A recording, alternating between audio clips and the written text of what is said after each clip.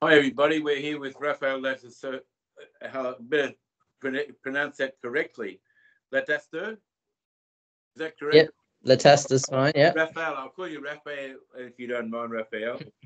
Raphael, you might give us a bit of background on yourself, your qualification, and what makes a significant figure in this whole debate. Yeah, sure. So I started my career as a pharmacist. I did a Bachelor of Pharmacy and I became a pharmacist, and gradually became a bit disappointed in the pharmaceutical industry. I mean, during pharmacy school, I already learned a lot about the unethical practices of the pharmaceutical industry. And then eventually I became a university researcher focusing on misinformation. And then the pandemic happened, so I started looking into COVID, and largely that was because of my own personal battle against COVID vaccine mandates. I was working a bit for University of Sydney, working a bit for New South Wales Health through one of the largest children's hospitals, and I was affected by the COVID vaccine mandates. I didn't want to take the COVID vaccine. So I focused my research now on COVID and COVID vaccines, not really because I wanted to, but because I had to. And on the way of becoming an academic, I got a PhD as well. And so I'm a researcher. I've been doing all this research, and now my research is pretty much all about COVID, typically on the vaccines. Right. What pressed you to stand against the mandates? So I was unsure about the vaccine. I've never had the position that the vaccines are definitely going to be very harmful. They're going to kill millions or even billions of people. My position was this is all very soon. And coming from a pharmaceutical background, having been a pharmacist, having been to pharmacy school, I learned that it takes years and years to be able to figure out if a pharmaceutical product should be used. I actually learned in pharmacy school that you can never say a pharmaceutical product is safe. That was what my tutor taught me, and that tutor is now the head of the school, head of the pharmacy school at one of the big pharmacy schools in Australia. And yeah, they turned out to be very right, because around the same time I was practicing, rofecoxib came off the market because apparently that kills people now. And just a year and a half ago, Folcadine came off the market. And Folcadine's been on the market for about 75 years. No longer safe and effective, because that apparently can kill people too. So it was actually very, very wise of my tutor way back when, nearly 20 years ago now, or 20-ish years ago, to say you can never say a pharmaceutical product is safe. But apart from that, the standard process for vaccines would be many years, right? 10 to 15 years of developing it, testing it, going through the approvals. And this was all done for the COVID vaccines, was all done within months. Literally within months, just a couple of months of safety data, and they're willing to call it safe. Everybody should take it, even pregnant women. And one of the things I learned in pharmacy school as well, you be very, very careful with pregnant women. They can't even have sushi. They can't even have ham. But, suddenly here's this new product. That's fine. And of course, new technology behind it as well. So my position was, I'm not sure about this. I want to wait a little bit longer. I want to find out if this truly is safe. So the problem is the vaccine mandates came and I couldn't wait any longer, so I had to decide. So they said, look, you have to take the vaccine, otherwise you're basically going to be fired. Before that, they actually said there's the option of an exemption. So I looked into the exemptions. That was beyond a joke. The exemption with New South Wales Health, the vaccine exemption was take the first shot. Right? So this is the exemption. You've got to take the first shot, and then if everything's fine, hey, good stuff. Go get a second shot. You're good. But if everything's not fine, that's when the exemption kicks in. So what you do, if you've had an adverse reaction to the first shot of the vaccine, here's what you now do. You take the second shot, but it gets to be a different brand. So that's not an exemption at all. The end process of that so-called exemption is that you end up with two shots, potentially with a vaccine injury. And curiously as well, if you end up taking, if you took Pfizer first and then your second shot had to be a different brand, you took Moderna, well, that's a higher dose, isn't it? So potentially more chance of getting a side effect, as we've seen several studies talk about dose-dependent side effects. Mm. So the exemption was not the way to go. Another thing the hospital said to me is make your case. So I did. So I started researching. I looked at articles written by other people. What hospital was it, and who said make your case? The board or the management of the hospital or your direct employer? So this is Westmead Children's Hospital, and it were I think it was Human Resources at Westmead Children's Hospital. They told me to make my case. So I started gathering evidence, looking at articles from other people, looking at the clinical trials, started doing my own research because I'm a researcher. And part of all this is now that some of that research has now been published in proper medical journals. And that's got me a bit of attention, got me invited to America and so forth. We can talk about that a little later on. But as for the vaccine mandates, after I did all that, after I gathered all this research, they then said, aha, you just don't want to take the jab. Bye-bye. So it was very deceitful how it all happened. They ask you to make your case. They give you hope. They even brought up the issue or the possibility of at-home part-time jobs. And I thought, this is fantastic. This is my job. I already work part-time at home. I do 100% of my job at home, so I'll be safe. No, that wasn't good enough. That never happened. So they fired me, and I didn't know what to do. You're being fired, because they were saying you wouldn't take the jab. Yeah. But were you really being fired because you wouldn't conform to the rest of the group? It's hard to say. The official policy was you have to take it. If you don't take it, you can't be an employee here. But you had no clinical involvement whatsoever with the individuals. I had no involvement with staff. No, I was doing administrative work only. And I was already working from home, not only during the pandemic, during the lockdowns, but before that as well. So there's really no excuse. I worked from home 100%, all training, all meetings, all my work, everything digitally. Not even snail mail was involved. So why would they then say, if you're having no clinical contact with anybody, why would you need to be vaccinated? That's the big question, and this came up in a lot of the cases. In a lot of the cases that my lawyer has done on the vaccine mandates, this has come up several times where the judge or the commission member has said to the other side, to the hospital side, to the education department and their lawyers, why didn't you just give them at-home jobs? And there's never been a reasonable answer for that. And that's maybe why my case has been so quick to be a victory and was actually a sort of a default victory, because of that, because I was working from home. So it's very, very clear cut. It's very ridiculous what happened to me.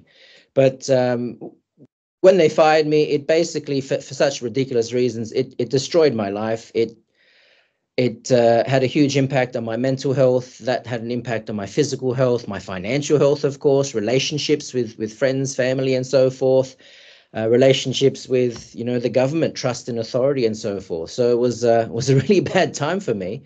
But it was someone like you, a politician, an Australian politician, who sent out a tweet about the Diane Dorking case, and that was reported of all places in The Guardian. And Diane Dorking was someone who won against the New South Wales vaccine mandates. So I read that article, I saw who the lawyer was, contacted the lawyer, and away we go. They said, yep, you've got a case, let's do this. And here we are. Last year, we won our case. And this year, just a few days ago, I won a second case against them for the back pay. For some ridiculous reason, they refused to pay the back pay, even when they promised to pay it. But we got that. So, yeah, that in a nutshell is the vaccine mandate victories I've had. To be clear, they're not really saying that the jabs are wrong or even that the mandates are wrong. But what happened is still very significant, because it's a recognition that I and people like me, because my lawyer's got several victories now of people like me, I have been harmed by the vaccine mandate and I deserve compensation. So it's a very significant victory, especially the others. Mine was curious because it was sort of by default. The insurer for the hospital actually admitted liability. So we didn't even have to go to court or to the commission for that first one. But the lawyer does, pretty much all the other wins the lawyer has did go to court, did go to the commission. And that question kept coming up. Why didn't you give them, an at-home job? And maybe that's why they accepted liability in my case, to speed things up a bit, knowing they were going to lose anyway, because what did I have? I had an at-home job.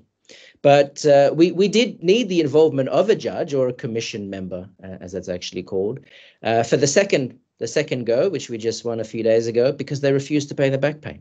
So this gives you an idea of the sort of people you're dealing with. Not only are they lacking logic, they're also lacking empathy. You think these would be some of the best people in the country. They're beautiful people, compassionate people, and the way they've been treating me and others like me is just, it makes your head explode. Mm. How did you personally cope through all that? What was that? Sorry, I didn't get that. How did you personally cope through all of that? It was very difficult. I mean, but particularly your colleagues who held you in the highest regard one day, and you're a crop. What's the next? Yeah, absolutely. As I said, it took a toll on me psychologically, physically, financially, and relationships with everybody, friends and family. Suddenly when you take a stance like this, suddenly you're in the minority, which is very hard to take, and especially for the field I was working in. I chose to work in this field as a public servant to take very little money. I could be a multimillionaire by now. I was doing well in finance. In between all those other things I said, I actually was a financial advisor as well. I was working for a big bank, one of the big banks in Australia. And I was well on the way to becoming middle manager and potentially higher. I chose to work in the public service. I chose to work in education. I wanted to do something that I felt was more fulfilling, more important in the world, in Australia. And to be treated like this by these people, it's really bad. I can't say I did cope with it very well. I was depressed, and that is why I didn't know what to do until I just stumbled onto this. Shows the importance of having politicians like you in this country, and I flirted with that idea as well. And the stuff that you share on your social media, it is because of someone just like you that I found out about the Dorking case, and I contacted the lawyer, and we pursued the same sort of action, and we won. And hopefully my victory will now inspire other people who also did not realize that this was an option, that you actually could do this. I want to stress as well, people can reach out to me if they're in a similar situation. This didn't cost me any money, and there's no risk of cost orders. The way we did it was a cost-free process. So one of the daunting things of pursuing justice in this country is that it generally costs a lot of money. And that's why you need someone like our eccentric billionaire in Queensland to fund some of these cases. We didn't need that for this sort of case. So that was my opportunity. That was the way to do it. It was also very difficult, not only because I basically put myself in the minority when it comes to the mainstream, when it comes to friends and family and so forth, but I also felt very isolated when it comes to our group, people on our side. For some reason, I didn't get a lot of support from, our team, if you will, our alternative media, doctors, so forth. That might be changing now as my research has taken off, but I felt very isolated, and I didn't think I coped with it very well at all. Well, Raphael, you've obviously bounced back pretty well to the strength of and resilience in your voice at the moment.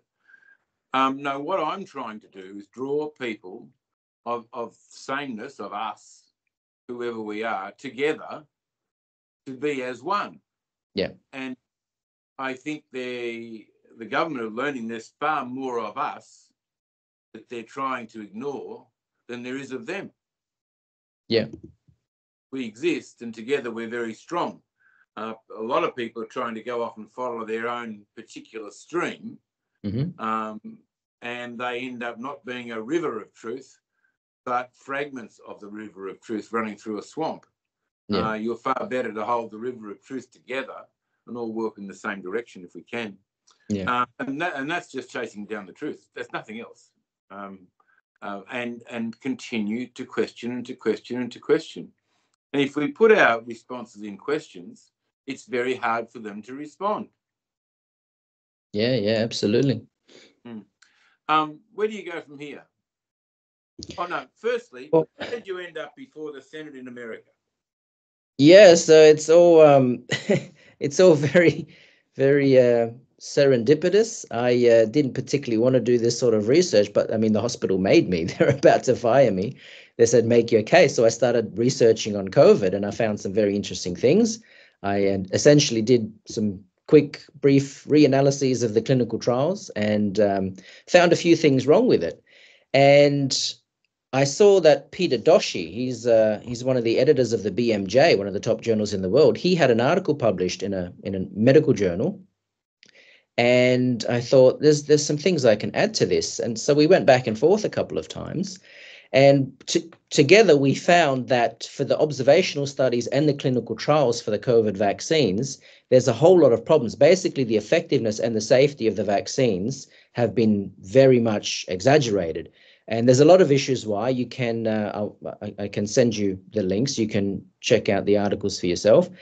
But one of the biggest is this confusion, maybe it's on purpose, over what a vaccinated person is and what a fully vaccinated person is. There's this term that I've been using now of partially vaccinated. They seem to be ignored quite a lot in the clinical trials and the observational studies. And in the worst case scenario, what happens to the partially vaccinated is actually ascribed to the unvaccinated. So what this does, this is for COVID infections and potentially hospitalizations and deaths as well, but also for side effects. So what this does is greatly, depending on which study we're talking about and to what extent they do this, and pretty much all of them do it, and it was in the clinical trials as well. So what happens is that you have a massive exaggeration of effectiveness in the clinical trials and the observational studies, and for safety as well. And safety has its own issues, such as that we don't have long-term safety data. And we've learned quite a bit since those clinical trials, like myocarditis is actually a lot more common than they thought it would be.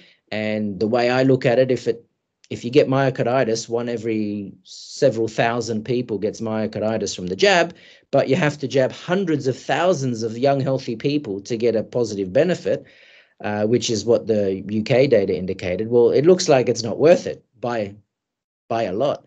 So this research was noted. As I said, for some reason I've been ignored for the most part in Australia, but Robert Malone, decided, he looked at it and said, hey, this is really good. I'm going to invite you, come over to America. And I was planning anyway, because part of dealing with my psychological injury is my treating team said, you need to go on holiday. I went on holiday, didn't really work that good. And they said, okay, go holiday by yourself internationally. Get out of this country that's treated you so badly. Go somewhere else. And, you know, that can help. And then I was invited by Malone to America. So, all right, this is the chance. Let's go. I shared my story, held it together as long as I could, shared my story. And then he said, right, we're having the Senate hearing. Come to that as well. So I managed to present that research, and yeah, they thought it was pretty good. And so yeah, we've got a few articles published in medical journals. It's doing the rounds now. It was sent to the Senate. I've been invited to present evidence to other cases and the Australian Senate as well now. So we'll see how that goes. But yeah, that research I was forced to do has now been deemed to be quite significant and is going around and is. Well, yeah. Let's talk about that research. Mm-hmm. Let's talk about the research you did and you presented to the hospital. Did they give you a written response? It was really bizarre. It was really, I find it quite cruel, the way it went down. They ignored me for months. Like I did all this work, sent it to them while struggling, while already, getting the start of this psychological injury. I struggled so much and I worked hard and I got it all together, and they just ignored me for months and months. And I kept pestering and said, well, I sent you my case. What do you think about it? And then all they said was just, oh, okay, you refused to get the jab. You've made that very clear. You're going to be fired. They didn't address the points. In other words, they never responded to the case you put before them. No proper response. The only response was, this confirms that you just don't want to take the jab. That was it. So evidence doesn't get through. No. Is it too much to ask you to send me what you sent to the hospital? I'll see if I even have it, but I'll definitely try and send you something about that. Yeah, sir. Certainly. Yeah, that'd be great, because I'd like to send it to the hospital again and ask them what response they gave you. Yep. I heard an executive the other day call the situation. So they said, These are gene therapy. I thought it was the executive from Pfizer. These are gene therapies, not vaccinations. We call them vaccinations for public acceptance. What's your response to that?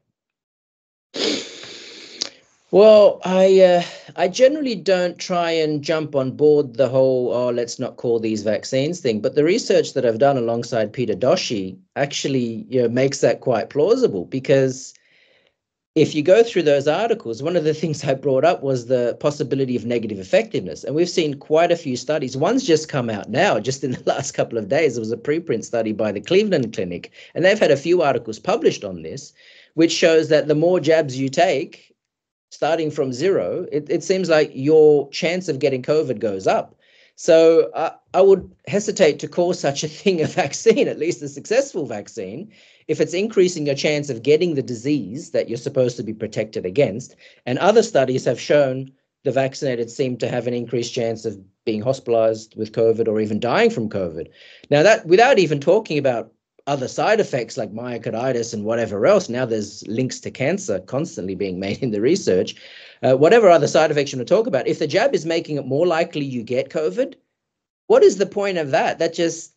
Why are you taking this product? So yeah, despite not having been very keen to jump into that, should we call it a vaccine or not? It's clearly a very different method of action than traditional vaccines. But also, if you look at the effectiveness, and you have now, it's a very real possibility that it's actually negatively effective. Well, I wouldn't call that a vaccine at all. I wouldn't call that anything but a poison. That's what drugs technically are. That's another thing we learned in pharmacy school. They're all poisons. They're just poisons that hopefully have a beneficial effect here and there. Yeah. Where to from here? So I just have to focus on me for now. I've said a few times now, this has taken a huge toll on me. I need to get better. I need to take some time to just get well. I'm not really up to doing too much now, but I'm trying to get better. I'm trying to work with my treatment team and just get to a fraction of what I was before. So I'm focusing on recovering, overcoming all the psychological, physical, and financial damage that they've done to me, people that I've trusted. And I will continue to do some research when I can, as I'm still working on the case. I mean, there's potentially another action we'll have against them related to these two wins that I've already had. And beyond that, I might do a civil action if a certain eccentric billionaire maybe comes in and helps out there. We'll see. So I will continue to do little bits of research here when I can, when I'm able to, and maybe some of that will be published as well. So you might have more articles that can be used by our side. And, if and when I'm better, if and when this is all over, I hope to pursue further opportunities in health, maybe even politics. Maybe I can get in there and help you, because clearly we need more politicians like you out there. You'd make a very good politician. Thank you. You actually question the narrative.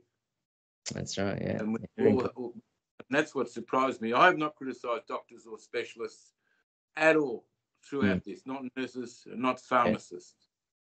But I do question, why was it that they didn't question? I mean, I've spoken to GPs, and they're very experienced, 50 years service as GP. They fired him eventually. If he didn't leave, they were going to fire him. Yeah. And Dr. Peters said, I always wait 10 years before I ever give somebody a vaccination. Yeah.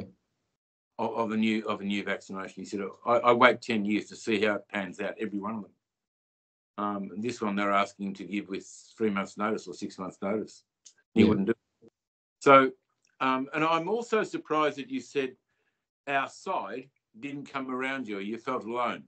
And I think one of the things that was mounted against us was we were to be marginalised and meant to be alone. Yeah.